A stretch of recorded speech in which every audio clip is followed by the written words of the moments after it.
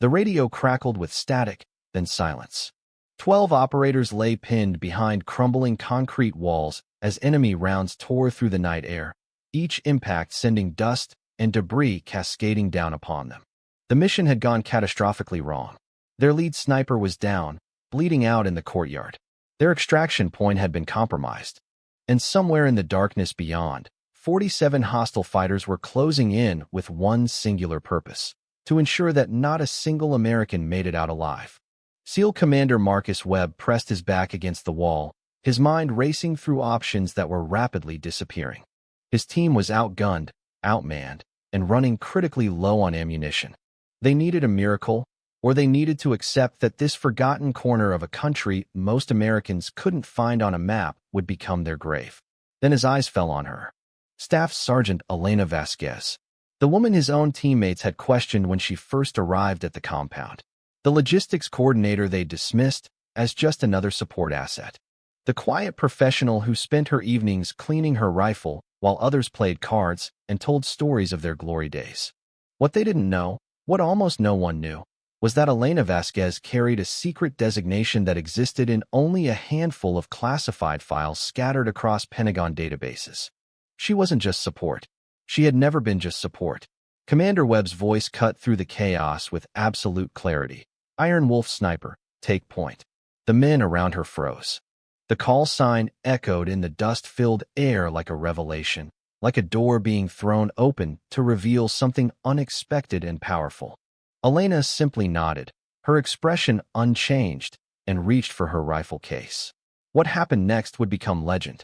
But how did a woman they dismissed as a mere paper pusher become the deadliest asset on that battlefield?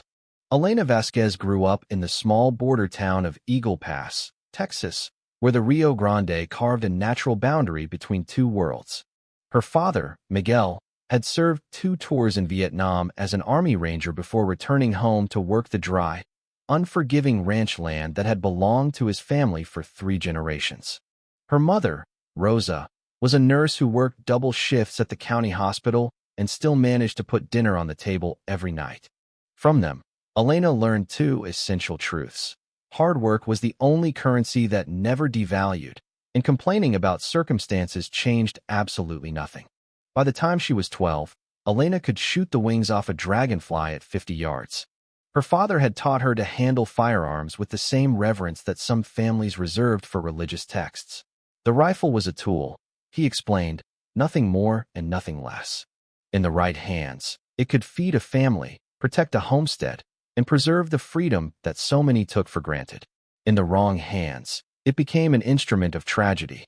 Understanding that responsibility was the first lesson of marksmanship, and Elena absorbed it completely. High school brought the predictable challenges that young women face in conservative rural communities. Elena was pretty enough to attract attention, but tough enough to discourage anyone who mistook her quietness for weakness. She played softball, ran track, and graduated in the top 10% of her class, but her eyes were always fixed on a horizon that Eagle Pass couldn't contain. The military recruiting office downtown became her second home during senior year, and the Army recruiter there recognized something in her that set her apart from the typical enlistee. She chose Military Occupational Specialty 92A, Automated Logistical Specialist, not because she lacked ambition, but because she understood strategy. The combat arms fields remained largely closed to women in those early years, but Elena had studied history. She knew that wars were won not just by those who pulled triggers, but by those who ensured the triggers had ammunition to fire. Logistics was the backbone of every successful military operation, and she intended to master it completely. Basic training at Fort Jackson introduced her to a diverse collection of Americans who had chosen service for reasons as varied as their backgrounds. Elena excelled in every physical challenge, often finishing runs ahead of male counterparts who had underestimated her compact 5'4" frame. The drill sergeants noticed her shooting scores almost immediately. During qualification, she achieved expert status with a perfect score, placing every round precisely where it needed to go with mechanical consistency that bordered on artistic. It was during advanced individual training that she first attracted attention from the selection committees that operated in shadows beyond the regular Army structure. A quiet recommendation was made, a file was flagged, and Elena Vasquez's journey toward something far more demanding than logistics support began without her even knowing it. The invitation came 3 years into her service, delivered not through official channels, but through a face-to-face meeting with a colonel who wore no unit insignia and provided no name. He explained that certain programs existed within the military that required unique skill sets, programs that operated beyond conventional structures and demanded capabilities that few possessed. Elena's marksmanship scores had drawn attention. Her psychological evaluations suggested resilience. Her performance reviews indicated a level of discipline that couldn't be taught. Was she interested in exploring an opportunity that would test every limit she believed she had? The training compound was located somewhere in the Nevada desert, a place that appeared on no maps and existed in no official records. Elena arrived with 17 other candidates, 14 men and 3 women, each believing they possessed something special. Over the following 18 months, the program systematically stripped away every illusion they had ever held about their own capabilities and rebuilt them from the foundation up. The physical demands were relentless but expected. 20-mile rucks through mountain terrain carrying 90-pound packs, underwater exercises that pushed oxygen deprivation to dangerous thresholds, sleep deprivation protocols that lasted 6 days while cognitive and physical tasks continued without pause. Elena watched candidates drop one by one, some from physical failure, others from psychological collapse, a few from injuries that would follow them for life. But the marksmanship training was something entirely different. The instructors, weathered men with 1,000-yard stares and patience that seemed infinite, transformed shooting from a skill into a science, and then elevated that science into art. Elena learned to calculate wind deflection across multiple atmospheric layers, to compensate for the Coriolis effect at extreme distances, to regulate her heartbeat and breathing until the space between beats became her firing window. She learned to remain motionless for 48 hours while maintaining situational awareness, to read terrain like a language, to become invisible in plain sight. The psychological training proved equally demanding. She learned to compartmentalize emotion, to make decisions that would haunt ordinary people, to accept that some choices carried weight that could never be fully lifted. The instructors forced her to confront her own mortality repeatedly, to make peace with death as a constant companion rather than a distant fear. They broke down every cultural and social conditioning that might cause hesitation at the critical moment and rebuilt her decision-making process around mission success. Of the 18 candidates who began, only 4 completed the program. Elena was the only woman. She received her qualification with no ceremony, no medal, no formal recognition.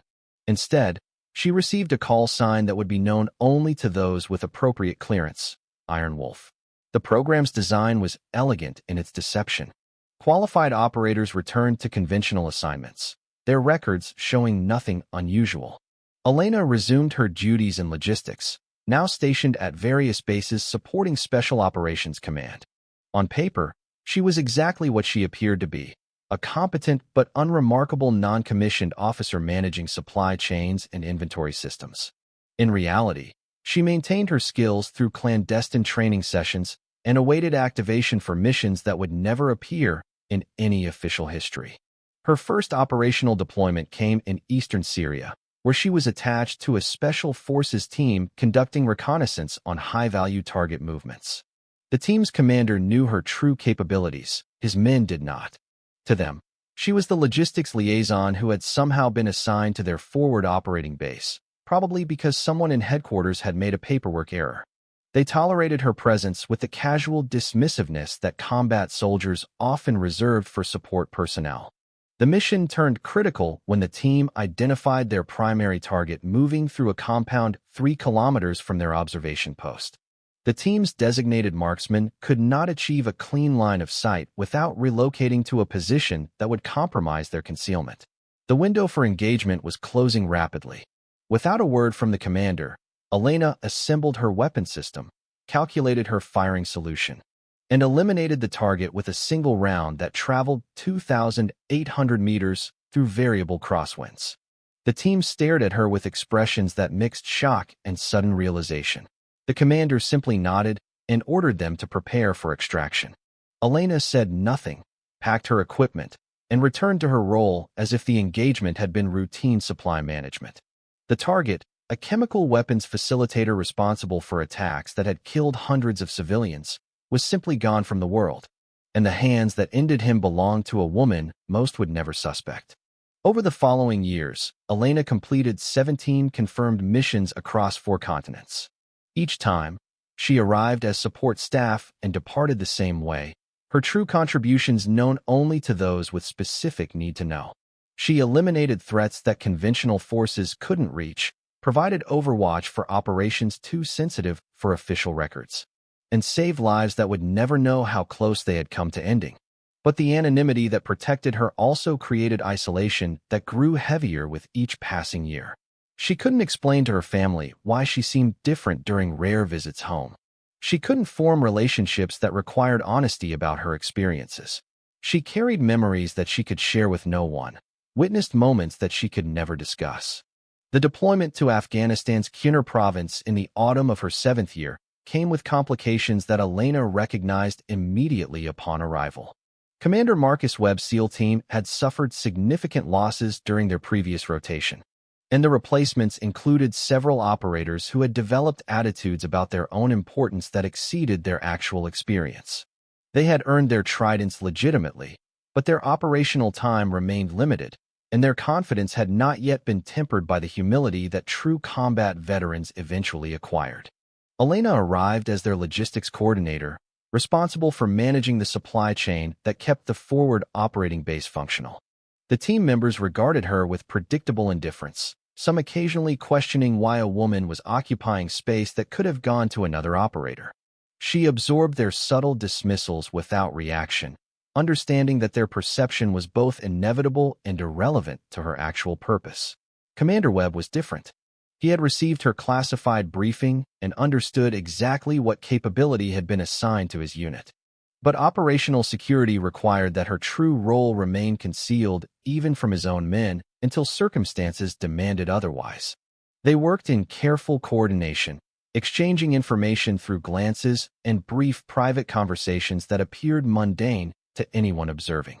The mission that would change everything began as a routine patrol intended to establish local relationships in a village that had historically resisted both Taliban influence and coalition presence.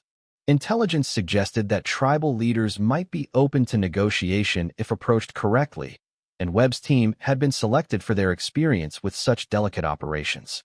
Elena accompanied them under the pretense of documenting supply needs for potential humanitarian assistance, her rifle case disguised as communications equipment. The ambush came without warning, executed with precision that indicated extensive planning and possible compromise of operational details. The initial explosions disabled their vehicles and killed 3 operators instantly. The surviving team members fought their way to the ruins of an old Soviet outpost, where crumbling walls provided temporary cover against the relentless assault. Their primary sniper, Petty Officer First Class Danny Morrison, took a round through his shoulder during the retreat, effectively eliminating their long-range engagement capability. As darkness fell and ammunition counts dropped to critical levels, the situation became clear. Without external intervention, Commander Webb's team would be overrun before dawn. The moment Commander Webb spoke her call sign, the dynamics within that crumbling structure shifted fundamentally. Elena saw the confusion on the faces of the men around her transform into something more complex as they processed what the commander's words implied. Some showed disbelief. Others showed something closer to relief, the desperate hope of condemned men discovering an unexpected reprieve. Elena moved to the highest stable position within the ruins, a broken second-floor corner that provided sight lines across the approaches the enemy would likely use. She assembled her rifle with practiced efficiency, each component clicking into place with mechanical precision that required no conscious thought. Her spotter, a young operator named Thomas who had been the most dismissive of her presence during normal operations, positioned himself beside her without comment, his earlier attitudes evaporating in the face of immediate necessity. The first wave came from the eastern ridge, approximately 30 fighters moving in coordinated teams that demonstrated training beyond typical insurgent capabilities. Elena controlled her breathing, found her center, and began her work. The first target dropped at 800 meters, then the second, then the third. Each shot was precisely calculated, each impact exactly where she intended. The attackers had expected to advance against wounded prey. They found instead that every attempt to close distance resulted in immediate casualties. The psychological impact proved almost as significant as the physical elimination. Fighters who had approached with aggressive confidence suddenly found themselves leaderless as Elena systematically identified and removed anyone directing others. The coordinated assault fragmented into scattered individual efforts as command and control collapsed under her sustained pressure. Between engagements, Elena provided calm tactical assessments to Commander Webb, identifying enemy positions, predicting likely movement patterns, and recommending defensive adjustments. Her voice never wavered, her focus never broke. The operators around her, men who had spent years developing their own considerable skills, watched a professional operating at a level that redefined their understanding of what was possible. By the time extraction helicopters arrived at dawn, Elena had confirmed 31 individual engagements across multiple positions. The enemy force that had numbered nearly 50 at the beginning of the night had been reduced to scattered survivors fleeing the area. Not another American life was lost after she took her position. The debrief took place at Bagram Airfield 3 days later, conducted by officers who had traveled specifically for the purpose of documenting what had occurred. Elena provided her account with the same measured calm that had characterized her actions during the engagement, answering questions thoroughly but without elaboration, describing decisions and outcomes without emotional coloring. Commander Webb submitted a recommendation for the Silver Star that his superiors approved with unusual speed. The citation would necessarily omit specific details about her capabilities and role, attributing her actions to exceptional performance under fire while protecting the classified programs that had created her. She accepted this reality without resentment, understanding that the recognition would reach those who needed to know while the public narrative maintained necessary fictions. What affected her more deeply was the transformation in how the surviving team members regarded her. The dismissiveness had been replaced by something approaching reverence, but Elena found this equally uncomfortable. She had not sought validation, and she did not want to be elevated to a status that created distance from the colleagues she genuinely respected. She was a professional who had done her job, nothing more and nothing less. The conversations that occurred over the following days held more meaning than any medal ever could. Young operators approached her with genuine questions about technique, about mentality, about the discipline required to perform under impossible pressure. She answered honestly, sharing lessons learned through years of experience that they might carry forward into their own careers. Danny Morrison, the sniper whose injury had created the crisis her presence ultimately resolved, sought her out specifically. His gratitude was genuine, but secondary to his professional curiosity. They spent hours discussing the finer points of their shared craft, exchanging perspectives shaped by different training methodologies and operational experiences. The mutual respect that developed represented exactly the kind of professional relationship that Elena valued most. When she departed for her next assignment, the farewells she received felt different from any she had experienced before. These were not casual goodbyes offered to support staff, whose names would be quickly forgotten. These were acknowledgments between warriors who had shared something profound, bonds forged in circumstances that those outside the community could never fully understand. Elena Vasquez continued her service for another 8 years, completing missions that ranged across continents and circumstances too varied to catalog. She trained the next generation of operators who would carry the Iron Wolf designation, ensuring that the capabilities she had developed would persist beyond her own career. She contributed to doctrinal changes that expanded opportunities for women in military specialties that had previously excluded them, though her specific contributions remained classified beyond public acknowledgement. Her retirement was quiet, marked by no ceremony and minimal recognition, exactly as she would have chosen. She returned to Eagle Pass, to the ranch land where her father had taught her to shoot and her mother had taught her to persevere. The Rio Grande still carved its ancient path, indifferent to the boundaries that humans had imposed upon it, and Elena found peace in the continuity of landscape that had witnessed her earliest years. The lessons of her journey were not complicated, but they were essential. Excellence requires patience and discipline that most are unwilling to sustain. Perception and reality are separate things, and those who judge others by appearance rather than capability will inevitably be surprised. True professionals do not require recognition to validate their contributions. They understand that the work itself carries meaning that external acknowledgement cannot enhance. She never sought to become a symbol, but symbols often emerge from those who simply pursue excellence without concern for legacy. Young women in military recruiting offices occasionally heard whispered references to Iron Wolf, to a logistics specialist who had been something more, to a quiet professional who had redefined expectations through competence rather than proclamation. They thought she was just support. They were wrong. And that single truth, demonstrated through fire and blood and unwavering discipline, changed everything that came after.